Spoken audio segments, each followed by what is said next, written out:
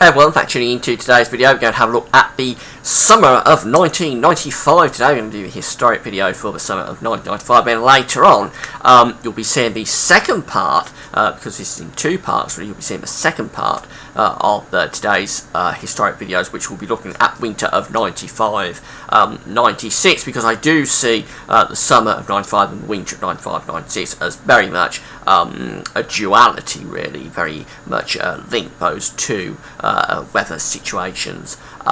So we'll be doing 95-96 a little bit later on. I'll be turning up this afternoon, but for now it's the summer of 1995. Really hot summer. Actually, in some cases, it was, in some examples I should say, it's a better summer than 1976, but it's something of a forgotten summer, really, and we'll explore the reasons for that in a moment. It wasn't as hot as 76, and I think that's the reason, generally, that 95 is a little bit forgotten, actually, because it really is an extraordinary summer, actually, in terms of dryness. Certainly it was a drier summer even than 1976. So I'll have a look at all the charts in a moment. Before I get on with the video, just meant to be advertising those green keyword ads on all my pages at GavsWeatherVids.com. If you roll your cursor over green keywords, they will display ads, but if you click through the word, you'll go to the advertised website. You'll be supporting GavsWeatherVids.com by doing that. We're also using the historic archive today from weathercentral.d. You can see all of these charts for yourself at the fantastic historic archive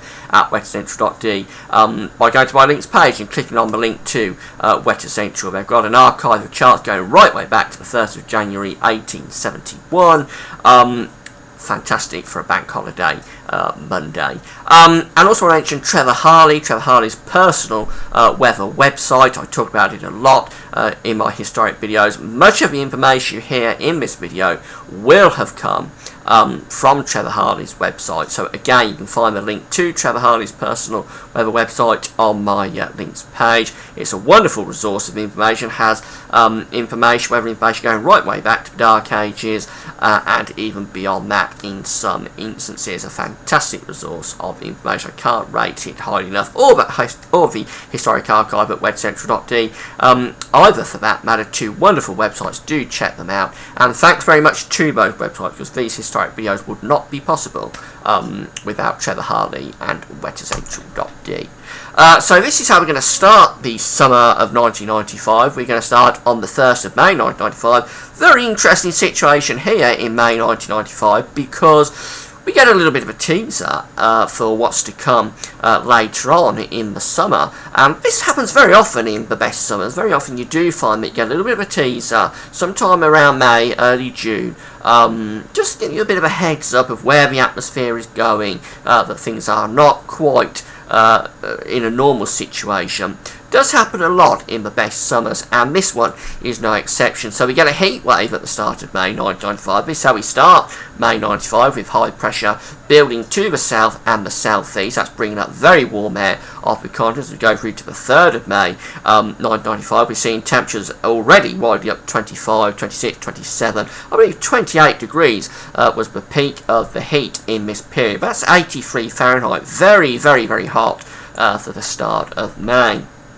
So there we are into the 5th of May 1995, and yeah, the high pressure is really dominating the scenario, and it's very dry, very sunny, very warm, very poor air quality of this. I remember this, having a lot of headaches with the poor air quality, but it was a very unusual sort of hot spell for so early on in the year. And then as we got through to the 12th to the 8th of January, 7th into the 8th, we get quite an unusual drop in temperature. Because the temperatures have been so high so early, the potential there for a big drop in temperatures. That's exactly what we got, as this area of low pressure splits the high pressure apart and moves down from the 7th into the 8th. Now the 8th of May 1995, you may remember, it was VE Day. We didn't have a May Day bank holiday that year in 95. Instead we had a VE Day bank holiday Monday. And we saw something like a 12 Celsius temperature drop coming along on the 8th, from the 7th into the 8th, with this low pressure running down the North Sea and a cold front moving southwards. So the day was actually kind of cloudy, dull, disappointing sort of day, to be honest. It wasn't much to write home about, and that heat wave that we had earlier on certainly was a distant memory by this point, but at least it was mainly dry in many parts of the country. But it was certainly a big drop in temperature as we go through into the 9th of May, when we're looking at the low pressure to the east and the high pressure out to the west. We're in a completely different regime now. Instead of the air coming up from the south and southeast, we're pulling the air down from the north or the northeast, so it's much cooler, and that's how we go into the middle of the month in a cool scenario. We're starting to bring low pressure in off the Atlantic here with this. So as we go through to the 17th, we bring a lot of rain in across the country, many places getting over 25 millimetres on the 17th of May 95, and in the north it's cold as well. We've got cold air digging in on the northern side of this low pressure, and we actually get snow, would you believe, across northern England and parts of Scotland. Durham has the maximum temperature just 5 Celsius on the 17th of May 95, so certainly no sign of the hot summer there. It really was a very cold, wet, miserable day that, but things did improve again as we go through to the 20th. We begin to see the high pressure ridging back in from the south and the southwest, and we had get another little brief mini heat wave as we go through to the 23rd. We see temperatures getting back up towards the 80s Fahrenheit again, but this one didn't last as long as the heat wave early on in the month. This only lasted a day or two, and then we bring the low pressure back in off the Atlantic. Overall, it's quite a changeable month actually, May 95, not particularly inspiring at all. I think the central England temperature was somewhere in the 11 Celsius category, so nothing much to write home about, to be honest. Very much near normal. So we end May 95 with low pressure to the east, high pressure ridging to the north and the northwest. Certainly no sign there of anything particularly hot or summery coming up. But as we move through to June, this is when things start to happen, but it's not immediately apparent. So we start June 95, we start the summer of 1995 with high pressure sitting to the north and out to the west. The low pressure is over to the east of the country, bringing down a generally cool air mass here. And this is the reason, I think, as we run through these charts, you will see the reason that I think 95 is generally a little bit of a forgotten summer, because this first half of June is actually really very disappointing. The high pressure is always out to the west. Here it is on the 10th of June 95. It's always to the west. We're always bringing down this north or northeasterly flow. Very cool temperatures mixed in with this. A lot of cloud as well. Temperatures barely getting into double figures where I am in Northamptonshire on the 11th, 12th, 13th. We just get temperatures of 12, 13 degrees. Very poor temperatures for the middle of June, and as I say, I think that's why this is a little bit of the forgotten summer. The Central England temperature for June 95 was 14.3. That's not too bad. It's maybe round normal. It's perhaps very slightly above normal for the time, but certainly nothing exciting, and it only gets to that because what happens in the last week or so. But this first half of June 95, very disappointing, very cool. And as I say, I think that's the reason 95 is a little bit forgotten, because it doesn't measure up to, say, 76 in terms of those temperatures.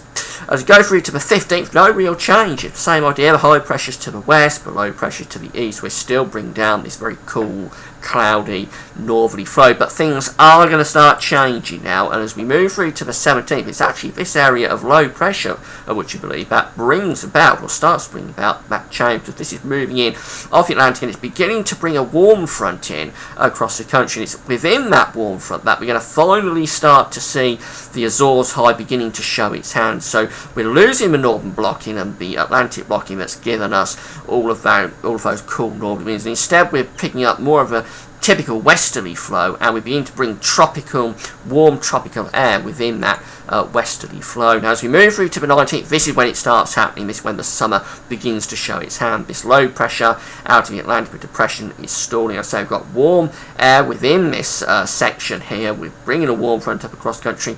Notice the Azores high starting to build over France. That's always an indicator for what's about to happen. And as we go through to the 20th and then on into the 21st, yeah, the high pressures increasingly building, the low pressure being pushed further and further north and west out into the Atlantic. It's being shunted off up towards Iceland. That's where you want it to go if you want a good summer. The high pressure is building all the time to the south, and as we get through to the 22nd, wham, there we go. We've got a 1,030 millibar area of high pressure sitting right over the top of the country, and now this is beginning to generate much hotter air as well with this area of high pressure. So there we go into the 23rd of June 95, and yep, we've got high pressure at 1030 millibars really dominating the weather here. Temperatures lifting up, we're going up into the mid-20s, into the upper 20s, many parts of the country, so we're getting into the 80s Fahrenheit with glorious unbroken sunshine as we go through to the 25th, on into the 28th, that high pressure going nowhere fast. Temperatures now are lifting up to 30, 31 degrees in places, into the upper 80s Fahrenheit, glorious sunshine as I say, and almost universally dry. We get a hot end to June 1995, and this area of high pressure building in from the Azores is now going to be an omnipresent feature through the rest of the summer, very much dominating the conditions. Now, it isn't hot all the way through. As we go through to the 30th of June 1995, get an interesting situation in that we bring down a cold front across the country, and that is symbolised here by these changes in the colour. We're going from the orange in towards the yellow colours to the north of Scotland. That is indicating cold fronts moving southwards, and we get a big drop in temperature with this. We're up to 33 degrees, 92 Fahrenheit across some parts of southern England in the afternoon of the 30th of June 95. Further north, we've got this cold front coming southwards. Very unusual in that there's virtually no rain on it. I remember this happening. There wasn't really much cloud on it either. It's just a push of air, really, a push of cool air coming down. Very odd situation. I remember it was around 8 o'clock in the evening when it arrived here in Northamptonshire. I say virtually no cloud, definitely no rain, and all that happened is that this very large gust of northerly winds picked up and started blowing through the house. The house was steaming hot. It had been a very hot day, and then suddenly this gust of wind blows through, starts slamming all the doors, and temperatures just suddenly drop, and there's something like a 20 Celsius temperature drop with this. We go from around 33 degrees in southern England down to just into the mid-teens across some parts of northern England behind that cold front. Very odd situation. I can't remember, actually, ever since that, a cold front coming through quite like that, in that the drop in temperature is so dramatic, but the actual weather is very benign. There's no thunderstorms, there's very little cloud, just a huge push of much cooler air blowing through the house. Very unusual situation with that cold front. So as we go through to July 95, and this is a really hot month, we have central temperature of 18.6. It's a proper classic hot July. We start off on a relatively cool note, actually, because we're bringing through that cooler air from the north, and we've got the high pressure more out towards the north and the northwest. It's not going to stay there, but as we move through to the 4th of July 95, well, yeah, we are in that northwesterly flow, so it is quite a bit cooler. Temperatures are back down in towards the low to mid-20s at best. But as I say, this isn't going to last as we move through to the 7th, and then on into the 8th, yep, the high pressure coming back again. Any sign that the jet stream will begin to dig back southwards is gone. It's being pushed back up to the north again, with this area of high pressure becoming dominant. This introduces more hot air. We get more hot air pushing up from the south as we go through to the 10th of July 95. Temperatures are back up into the upper 20s, around the 30 Celsius mark again. So once more we're back into the mid to upper 80s Fahrenheit. This area of low pressure tried to bring a breakdown as we go through to the 11th. It's trying to bring thunderstorms up across the country from the 10th to the 11th. And I remember we didn't really get many storms here where I am in Northamptonshire. Some places got some big thunderstorms with this, but they were pretty isolated, to be honest. It wasn't a definite sort of thundery breakdown, but this is one of the more thundery spells of the summer of 95. Wasn't a classically thundery summer by any means, and that's the reason it's so dry. 76 actually had quite a lot of thunderstorms, especially at the end of August, when it all ended up in 76 with a huge thundery breakdown. That wasn't the case in 95, and you actually see how the summer ends in a few minutes. But this was one of the more thundery scenarios that we have around the 10th, 11th of July 95. And very briefly, we do start to bring low pressure in across the country to go through to the 15th. So there's more sort of very generalised, very localised thunderstorms, not on a wide scale, but some places got some big rainfalls around the middle period of July 95. And temperatures did edge down a little bit. Once again, we're going back in towards below to mid mid-20s as opposed to the upper 20s and the low 30s. But was it going to last? No, it wasn't, because here we go again. The Azores highs coming back in from the continent, ridging in through France, bringing the heat back northwards again as we go through to the 24th. It's the same sort of cycle, the high pressure building in, bringing hot air back up. We're lifting the temperatures up into the 90s Fahrenheit now.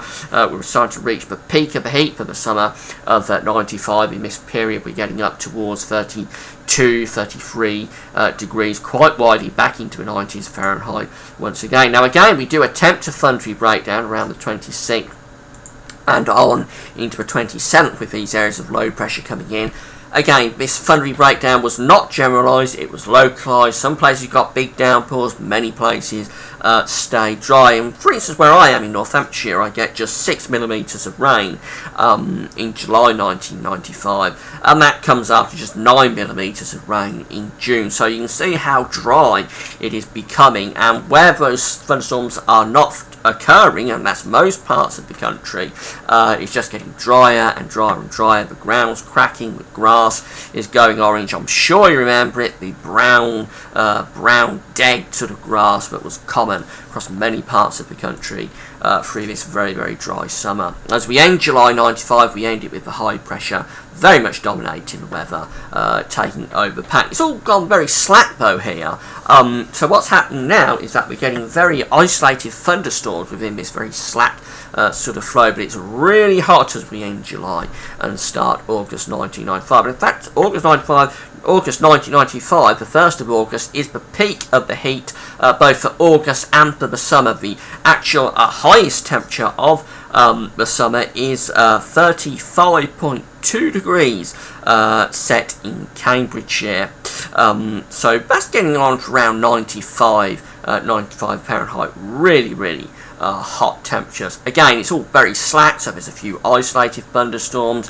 Where they're occurring, they're big storms producing huge amounts of rainfall. Cardiff on the 2nd of August 1995 gets something like, I believe Cardiff got something like 80mm of rain in a thunderstorm on the 2nd of August. So that's quite sort of phenomenal how much rain occurred. But again, they're very, very isolated storms. Most places are missing those storms and staying dry with glorious sunshine, clear blue skies. Just where those storms are popping up, they're slow moving, they're torrential. And yet Cardiff, for instance, did get huge rainfalls on the 2nd, but they're by no means common across most parts of the country. It is very dry. This is the chart for the 2nd of August 95. Temperatures again into the low to mid 30s, quite widely across many parts of the country. And we go through to the 3rd of August, no change, but high pressure is dominant as it is on the 5th. And moving through to the 10th, again, no sign of anything changing really. The high pressure is totally in control, and throughout this period we're seeing temperatures widely up into the 30s Celsius. I believe there's something like 10 days through this early and middle part of August where temperatures are getting into the 30 Celsius mark. A very incredible heat wave and very, very dry conditions. I record just 5mm of rain in August 1995, so that follows on just from the little bits that we saw in June and July as well, and less than an inch of rain over 3 months, and they are very hot months as well. That's the reason for the drought. That's why the grass died. That's why many reservoirs started to empty out. As I say, this is a drier summer than 1976, and what's interesting is that the devastation caused by it was nowhere near the devastation we had in 76. Although it was bad in some places, particularly Yorkshire were hit very bad by the drought, many places got away with it, and the reason for that is that even though it was drier, the infrastructure in terms of the pipes, the pipe networks, and the reservoirs holding the water was much, much better. So that's the reason that we don't get as much devastation in 95 as we got in 76, despite the fact that it's a drier summer than 76. So moving through to the 14th, no change. Maybe temperatures edging down a little bit because we're bringing in a slightly more Atlantic flow, but it's still very warm or hot, with temperatures into the mid to upper 20s Celsius, and move through to the 17th. No change. High pressure goes on, the heat wave goes on, the drought goes on. Temperatures again are into the upper 20s or the low 30s in many places. That's how we move through to the 20th of August. Again, no change. High pressure locked in fast across the British Isles. But now we are beginning to come to the end of this summer. We're coming to the end of the heat wave.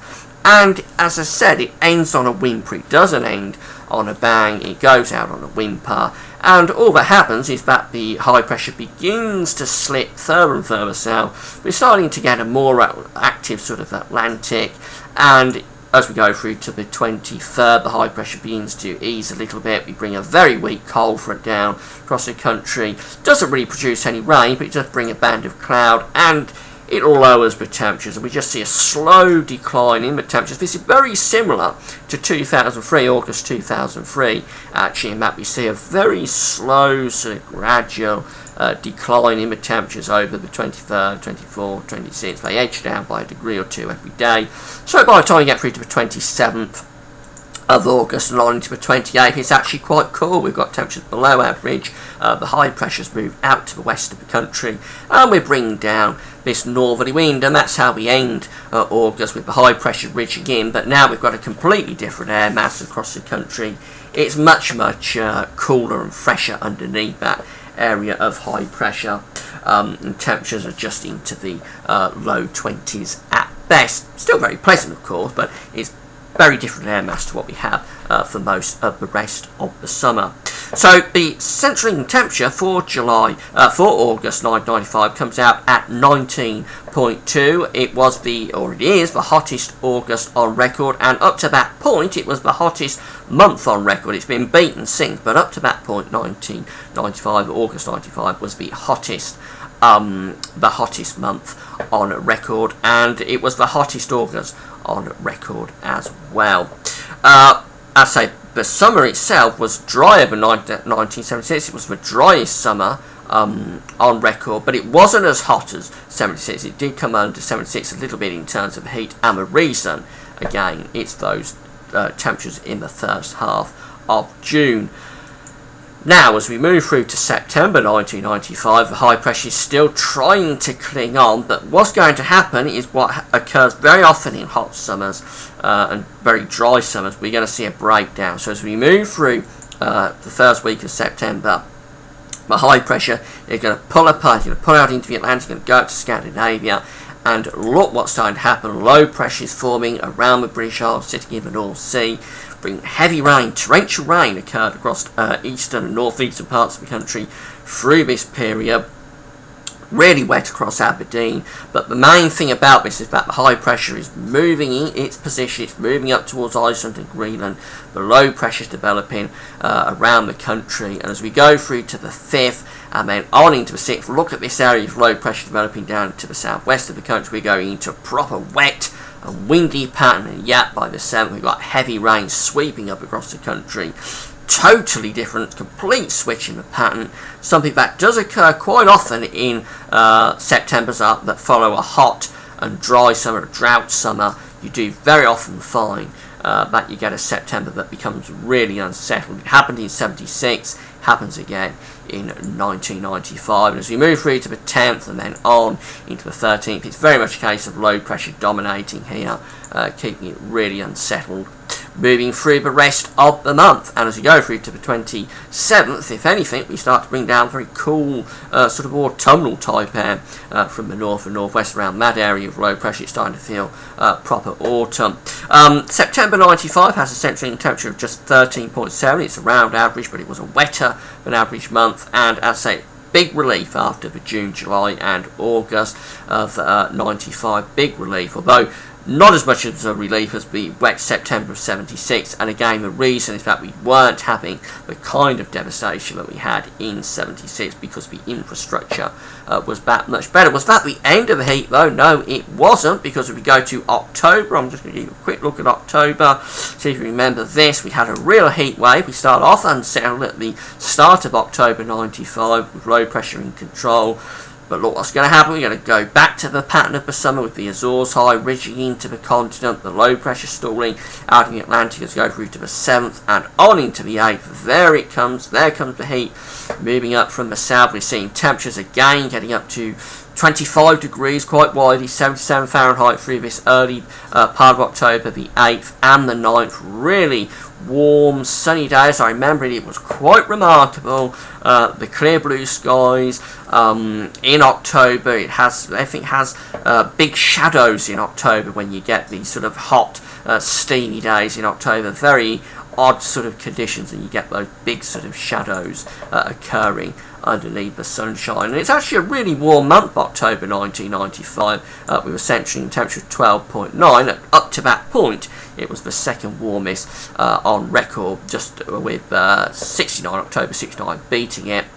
And it heralded the end of a really hot period, because from, I think I'm right in saying that from the 1st of November 1994 to the 1st of November 1995, we get our hottest 12 months on record, hottest 12 monthly period on record. I think we've beaten that since. I think we beat it around 2006, 2007, but it was a really hot period, and you would suspect that there'd be no more cold weather coming anytime soon. But if anybody thought that, and I did, I was one of those that thought it wasn't ever going to get cold ever again after that long run of hot months, boy, were we mistaken, because we got the winter of 95, 96 coming up next. You're going to be able to see that in a few hours here at GavsWeatherVids.com.